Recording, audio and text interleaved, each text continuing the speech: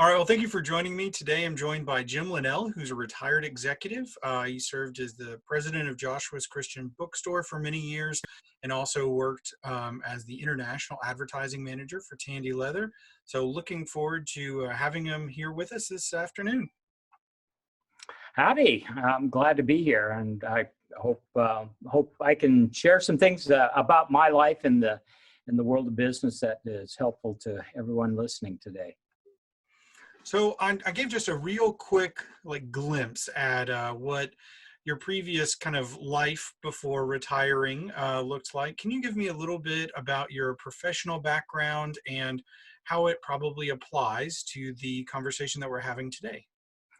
Yeah, I'd be glad to. One of the things, it's been a really interesting career. I got to spend the majority of it working for the companies that made up Tandy Corporation. I started out working with them in Tandy Leather and basically held down every job in that organization. But one of the things that Tandy was well known for was gathering up startup companies or companies that had potential for growth, and then they would add their expertise and management skills to them, and they grew some of them into some very spectacular companies. I'm sure everybody knows names like Radio Shack and Color Tile and Pier 1 Imports, and that's just a few of the ones that grew out of the Tandy companies that came out of that. And they had that plan. And so when I went to work for them, there was always this dream out there that, one day, what they always did is they promoted people from within. And the thought was that one day you could maybe run a company for them. And believe it or not, I actually believed them when they said that. And when I went to work for them, I did every job in running a Tandy Leather store, which is where I entered into it. And I was operating as a regional manager out of Denver.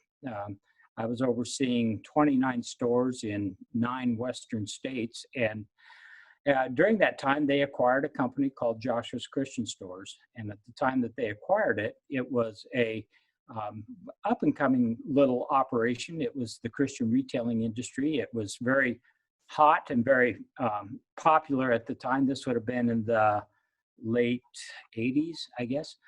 And anyway, they acquired it. I think they had 9 stores at the time they acquired it, and they wanted to make it a national chain. They wanted to grow it. Well, the folks that were part of that at the time really didn't have that same kind of vision, and they wanted to bring some folks in that kind of understood how Tandy went about doing business. And because of my involvement with my church, and I had a lot of success as a regional manager as well, overseeing a multi-state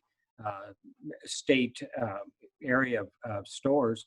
Anyway, they asked me to come and lend a hand with that, and in short order, I ended up as president of this company. And so over the course of about 7 years running Joshua's Christian Stores, we grew it from a 9-store regional chain here in the Dallas-Fort Worth area to a 75-store national chain that had stores from coast to coast and had a lot of success. It was a great time to be in that industry and had a lot of success with it. And part of what caused it to grow certainly was the popularity of Christian retailing at the time. It was a new and amazing thing. The Christian music then was not something that you downloaded on your iPhone. It was, something that people went in and they bought CDs, and that was a big part of it. And of course, we sold all of the others, lots of Bibles and books and gifts and all of the things that went with that. And anyway, we had a lot of success with it. And I think, largely the approach that I brought to it, and the thing that Tandy brought to it, was the advertising efforts that they had so much success with. Radio Shack and Color Tile and all these other companies, Tandy Leather, the advertising programs and such that had grown those companies are what we brought to Joshua's Christian Stores, and it enabled us to grow that company quite well and had a lot of success. So go ahead.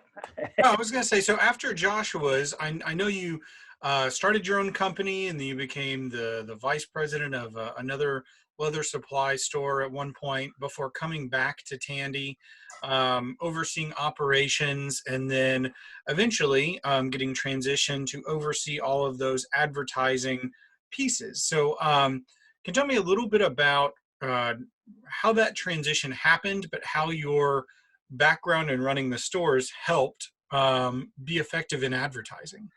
Sure. Well, after running Joshua's Christian stores, they eventually sold that to their largest competitor and got a nice little return on their investment of time and money in that. They sold it to them. And so for a while, I was not in part of the Tandy family. I went out and did start another business and had some success with that, and it re-entered into the leather business, which is what I knew and loved, and worked in that.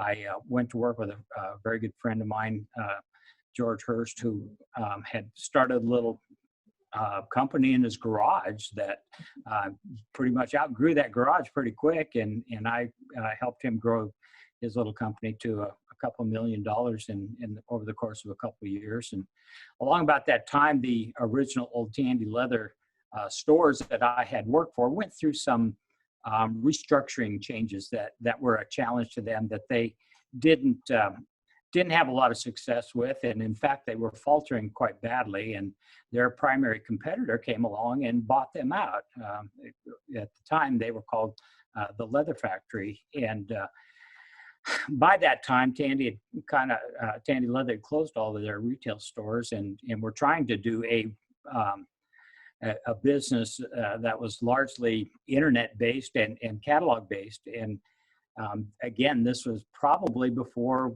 cyber business ever had caught on anywhere like it is today. And so they were a little ahead of their time. And anyway, it faltered. So these folks that bought them were old Tandy folks. And they said, hey, if we're going to make this work, we got to reopen all these stores again. We need somebody that knows how to knows about the leather business, and we need somebody that knows how to grow a retail chain. And they got a hold of my name and came looking after me, and I was more than happy to go back there because, again, that was my first love, the leather business. And so, yeah, through all of that, I helped grow stores. I was head operations. I grew that back to a 75 store chain or so at the time that I stepped over into advertising. And at that point, operations just became more than a one-man show for what I was doing. And I think hired 4 or 5 people to replace what I was doing. And I went over and I took over their advertising department, overseeing all of their advertising. And yes, it was international. I think you mentioned that. We had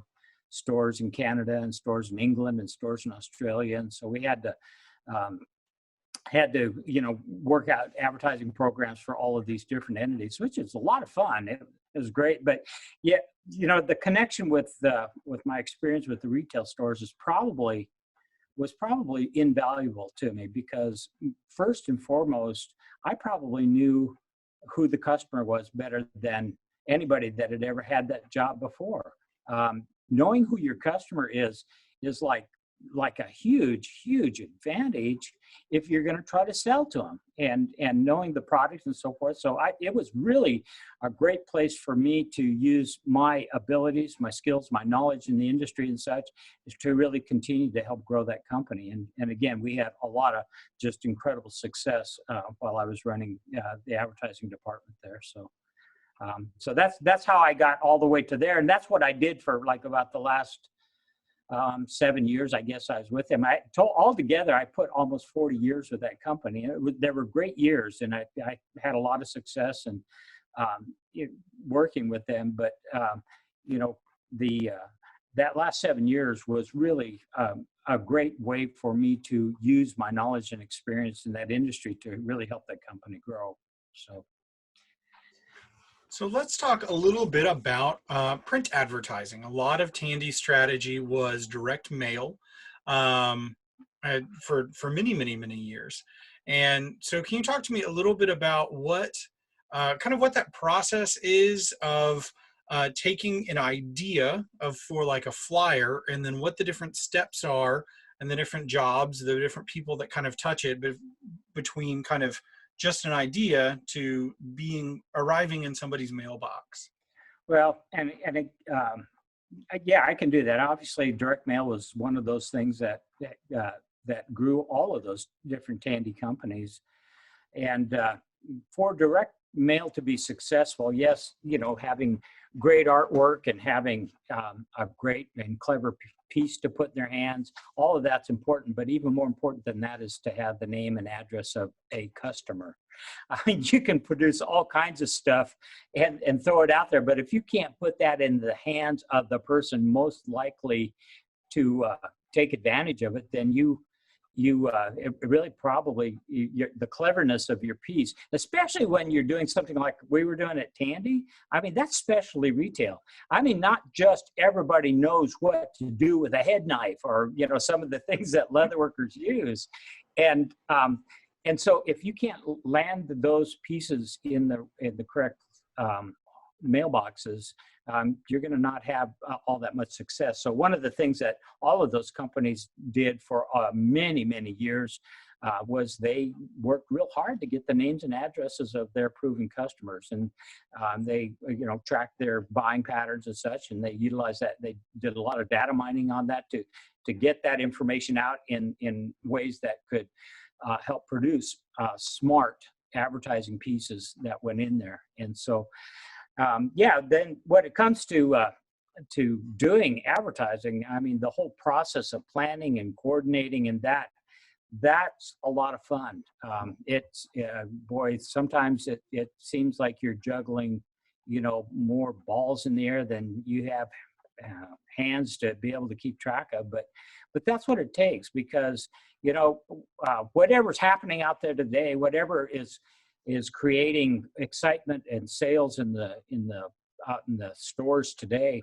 Well, those are ideas that were hatched like 4 months ago, and or maybe even longer than that. I mean, that's maybe when the advertising part of it came into play. But even before that, you have to, you got the whole process of securing that product and making sure you have the right product there on time in sufficient quantities to support the effort. So it has to be a well integrated program that works with your merchandising department, your marketing, and so forth as well. So like I said, if you got gangbuster sales going on right now, all of that started to come to head maybe as much as 6 months ago, depending on what your supply lines are like. So what we did, I used to, on an annual basis, put together a schedule, I guess, and that basically also became what we used for a budget. But that schedule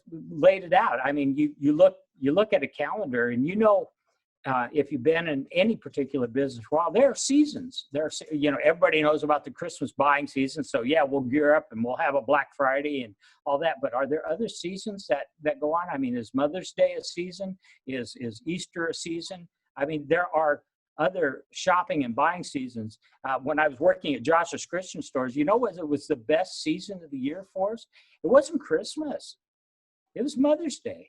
Believe it or not, that's when we had the most sales. And so you better know that. You better know that about your customers and about their buying patterns, and you better plan for it then. And that planning, like I said, starts way out ahead of that. So anyway, when I was at Tandy doing that stuff, I would put together at least 12 months out, here's what we're going to plan, and here's when the seasons are, and here's how we're going to make the most of it. And that then became basically the agenda that drove a lot of the discussions that we had in advertising about what we're going to do, when we're going to do it, how we're going to pull it off, what is that piece going to look like. And then and those meetings, we would pull merchandising and all the people that had to, first of all, make sure we had the product to promote, and pull them together and get their input, and make sure we can do what we're thinking of doing.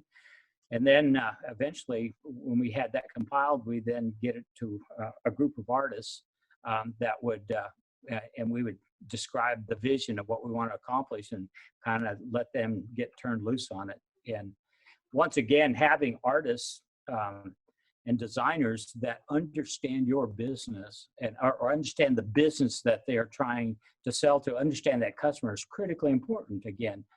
Especially, again, we were doing specialty retail. And so, yeah, if you just take a really nice photo against a white backdrop of some tool or whatever, that may do absolutely nothing for selling it. But if you can show it in action, if you can put it in make it look like this is something they can't live without. I mean, that's your goal in advertising. It's not just here it is, come buy it. No, you got to do better than that. I mean, you got to put it into their minds that this is something that will going to make my life so much better. And that's the job of advertising. Your job is to plant seeds when you're doing advertising and try to get these folks. It's like fishing, you got to put the bait out there, and that is the bait to get them to nibble at it. So it's exciting work, when you think about it.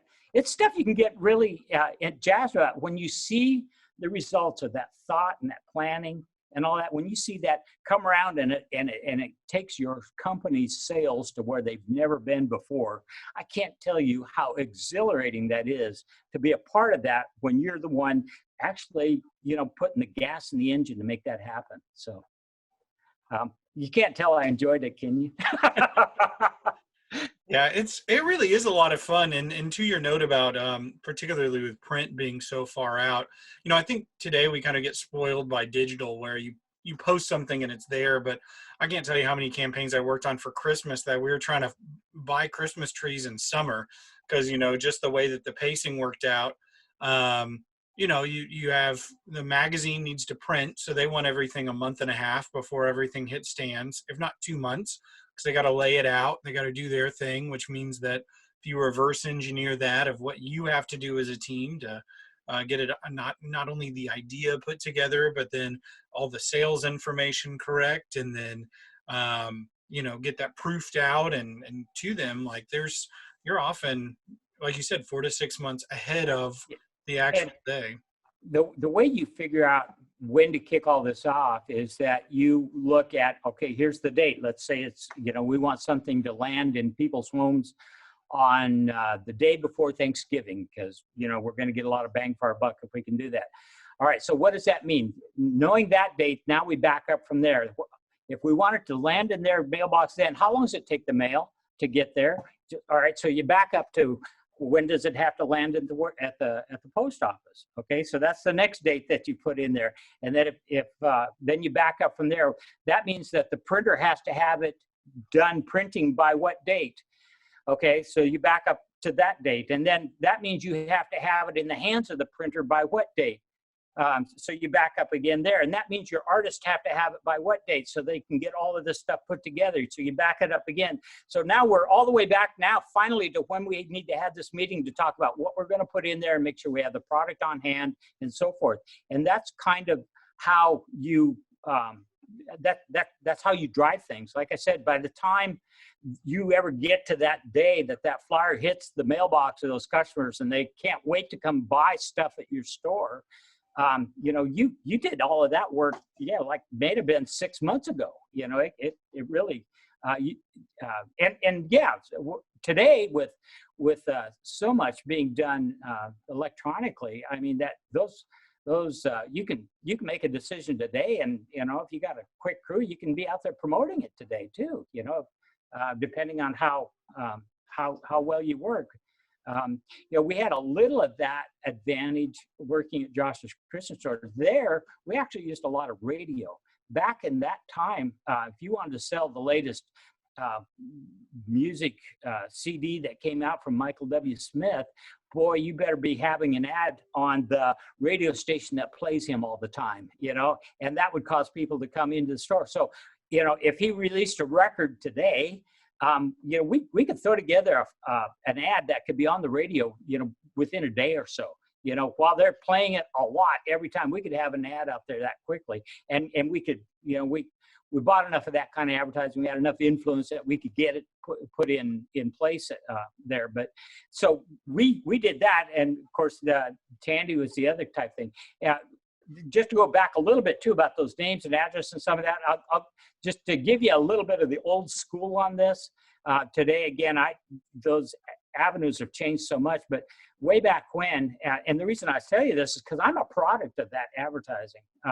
Way back when, when Tandy was first getting started, they used to put little, classified ads. Well, they're bigger than that. They were little display ads, very small. It's like an 8th page or something like that in a magazine like Outdoor Life or Popular Mechanics, or, where people who are outdoorsy or work with their hands, where they might be reading. And they'd put a little ad in there that say something like, make this wallet for only $1.95. Everything comes to you complete. You get to put it together and you'll have a genuine leather wallet. Well, I'm one of the guys, because I'm an avid hunter. I answered one of those ads in Outdoor Life and got me a wallet, and I got hooked on it. Well, they sent along with that, they sent a catalog and so forth. And back at the time, again, I'm not even talking about how long ago that was, but back in that day, that $1.95 paid for that entire program. Whatever it was that they got for that kit, it paid for the cost of the mailing, it paid for the cost of the printing of that catalog, it paid for the product that I got. They broke even on that item. They didn't even it didn't even come out of their regular budget when they did that kind of a thing. So it was just genius in the day. And you know what they did? They kept my name and address. And you know what? They sent me another flyer, like on a regular basis, trying to get me to buy more stuff. You know what? It worked. One time, many years later, here I am working for them. Now I'm retired from them. But anyway, that's a long story. Well, tell me a little bit. I think it's really interesting that when you were overseeing a lot of the international advertising efforts, there were, 5 different flyers, 5 different versions of any one flyer? Oh, my. Can you talk a little bit about the challenges of international advertising from a direct mail perspective, but just in general? How is that different than just focusing on one? Yeah, what we did, it was definitely a bit of a challenge. We utilized services that could do that for us. We the stores that Tandy Leather opened, they opened them in Canada. Well, for the most part, except for one province up there, you can get away with English flyers. We opened stores in England, so yeah, you can get away with English flyers there. We opened up in Australia, and hey, that works there too. But we also opened one in Spain, and there we had a few more challenges putting stuff out in their particular language. And this all falls under advertising, or at least it did at Tandy. But along with that came all of the other stuff that goes with that, like point of sale marketing stuff in the store. It needed to also be created, and that came out of my same art department that I was overseeing. So we had a lot of interesting challenges. What we did with, like in England, we had I had a printer over there that I worked with, and we would send them, basically, we'd reformat it because their paper sizes and everything is different. But we'd reformat it. It'd be basically the same flyer that we produced here in the U.S. And we would get that over to them, and they would do the printing and the mailing for us over there. Having a good and reliable mail house or mail services is pretty important to that type of mailing as well. Having somebody who, if you tell them this has to be in the post office by a certain date, they, by golly, are going to have it there because their reputation depends on it.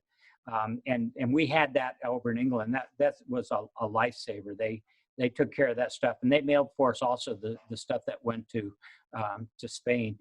And we found a similar kind of a company down in Australia that did that. But those are some of the challenges, because obviously we can, we put our flyer in a big file and basically send it to them electronically. So they had it the next day and went right to work on it. At the same time, our printers in this country went to work on it.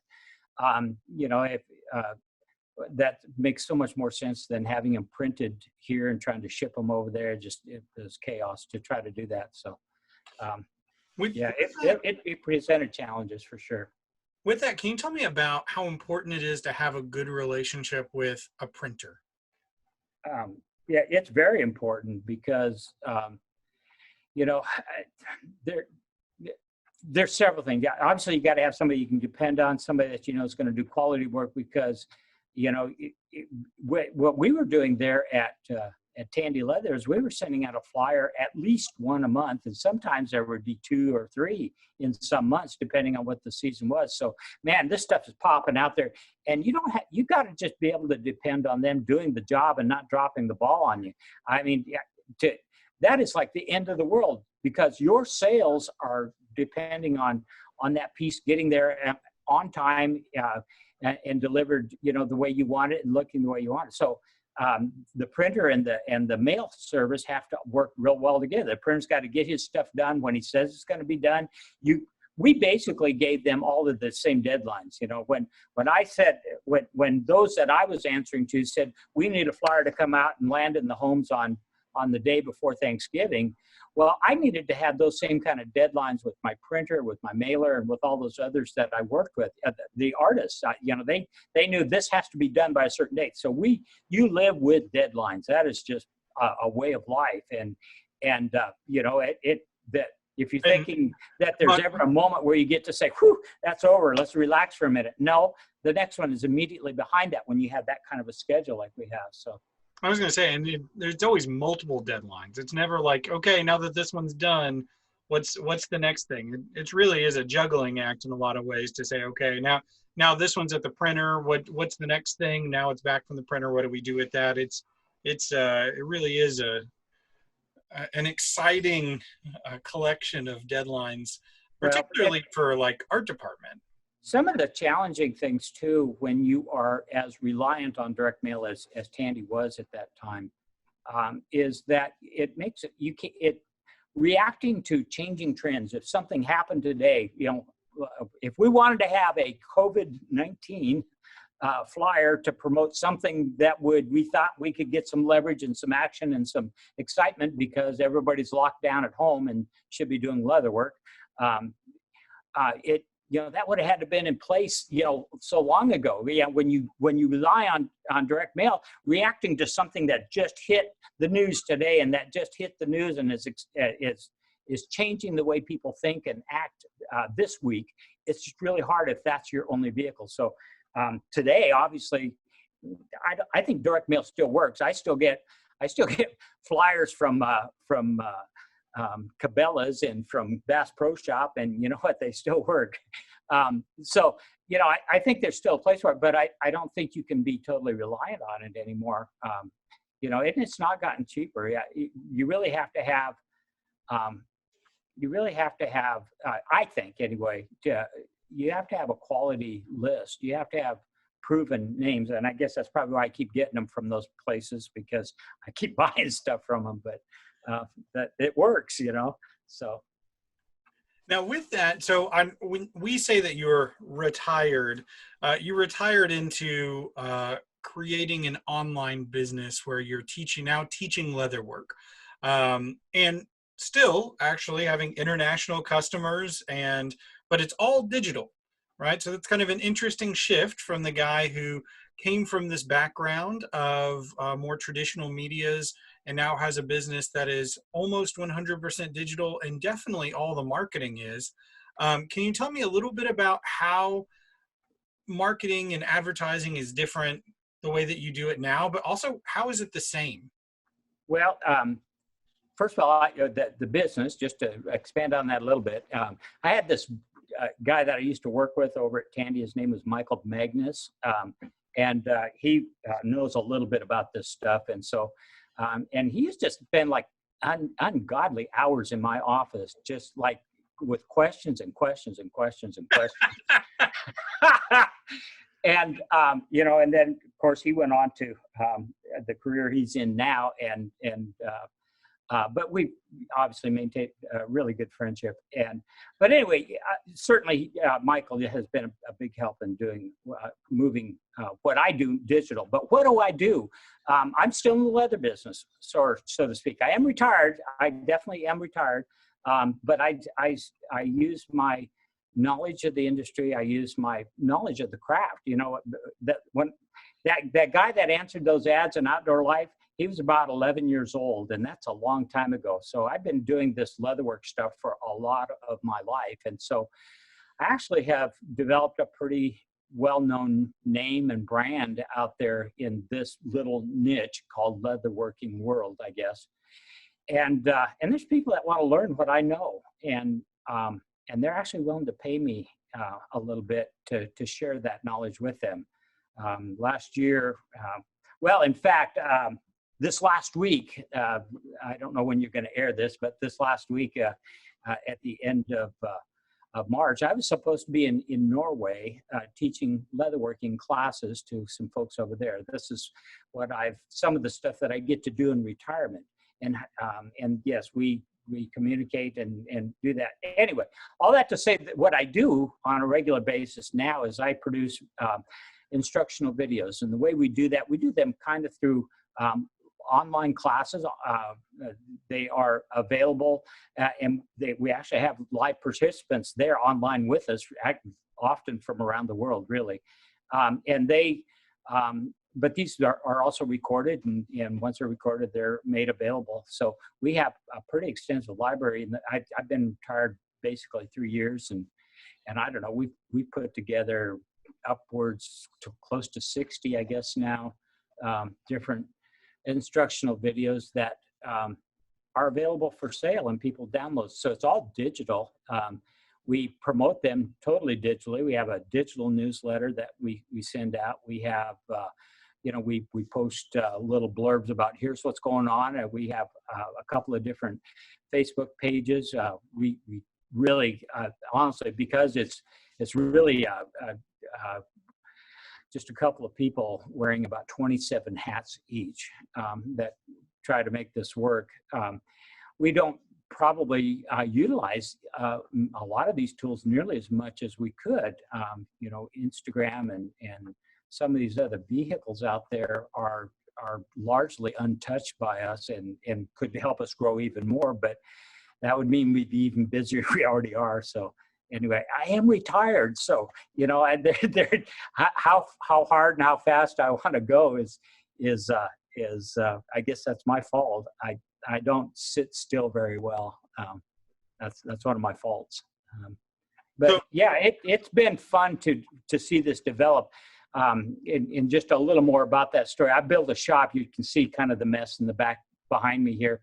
I built this shop in my backyard when we moved to where we live now, and I thought, I'm going to make this thing big enough so if somebody wants to come learn leatherwork from me, I'll have room for them to sit in. Well, this thing has turned into like a whole entity unto itself. It's called Elk Track Studio if you want to check it out. elktrackstudio.com. We have a website. That's if you want to get into leatherworking, that's where you can find all those videos. But we also have a couple of Facebook pages where we just kind of keep the world of leatherworking stirred up and keep our name in the middle of it. And that's kind of how we really most use social media, I think, is like that. So with that, obviously the immediacy is a difference, although we talked about radio having some immediacy. What are some of the parallels to the way that we do digital media to traditional media? I mean, you talked about the newsletter, the digital newsletter. That all comes down to having qualified leads. That's all names and addresses. Email addresses. Exactly. It's the same game. It's just the vehicle is a little different, but it's the same game. We don't just randomly blast that out into the atmosphere out there and see if it sticks somewhere. We have everybody that's ever bought anything, and one of the things we do, it's I guess it's turned out to be pretty clever, but we have a lot of free patterns, and leather workers they're just nuts about getting every pattern that they can to help them do more leather work. So we have a pretty good collection of free patterns and such on our website, and so they go in there and they can download those for free, and it gets sent to their email address, and so we end up with their email address as a result of that. And so we continually are growing that list, and that's, again, it's a qualified list. These are people that have said, we do leather work. Okay, well, who do I want to invite to watch my next video or to buy my next video? I want somebody that does leather work, and so it really in that way is very much the same. And that list continues to grow really surprisingly well. So, and Facebook helps us with that too. It's worth commenting on that I think a lot of people think of email is free, but it's definitely not. And a lot of the email subscription services, it's not expensive comparatively to like print, but even when you are building that list, like every 1,000 new subscribers, it's an extra $10 a month or something like that. And Yeah, I so, don't remember what it is, but yeah, so we just reached another plateau and we're paying more for it now. So yeah, so you still want to make sure that you have good leads in there, because if you're just spamming it out to 100,000 people, well, you're paying to reach 100,000 people, even if only 5,000 of them are interested. It's actually yeah, probably better to have that 5,000 list. And and um, I think that's the key. I think that's why we're having the success with our newsletters and stuff like that. You can definitely tell when our newsletter gets out there because activity really picks up. But there is no garbage names in there. I mean, every single one of them are people that gave us their name. They are people who deliberately want to be involved with the leather business, and so it's definitely not like just throwing stuff up in the air and see what happens. So just for a quick wrap up, first off, thank you for taking some time this evening and just chatting with me about advertising and, things to learn and things to consider. But keep it in mind that this group of people that we're talking to are college students learning about advertising real early in their careers, still even kind of figuring out what they like. Any just words of wisdom, any pieces of advice, anything that somebody told you at one point that you think is valuable to pass along? Well, one of the things that always drove, I think, the success that I had in that area was it still comes down to, can you sell something? No matter where you end up working, somebody somewhere has to provide the money for you to get a paycheck, and that in my world where I came from was called the customer. The customer's the one that gave money to the company so that there was money in the bank, so that when it was time for my paycheck, there was money for me to get. And so ultimately, if you're going to go out there and be involved in the world of marketing, the world of advertising and so forth, you got to remember that the end result of the work that you do somewhere, somehow has to produce sales. Or else there's no income. There's no money coming in. So, and I would imagine that anybody that you ever go apply for a job with, if you tell them that that's your most important thing that you want to accomplish, is you want to help them grow their sales, I promise you that is going to be music to their ears. They're going to love to hear that because that's how they grow. That's how growth is measured in the business world. It's like that. That's what Wall Street looks at. Don't forget that as you are out there in the world, that we get to do those things that add to the bottom line of the companies that we work for. And the better we can do that, the more success we will have. So That's great. Anything else? no, but if all else fails, I think you ought to take up leatherwork. That's just kind of my last, little thing I would throw out there. And I know a great place where you could go get some videos that help you get started. It's called elktrekstudio.com. I'm sorry, I'm a salesman. I can't help it. This is what I do. And you need to be able to spin that just like that. You need to be able to do that about what the work that you do as well. I promise.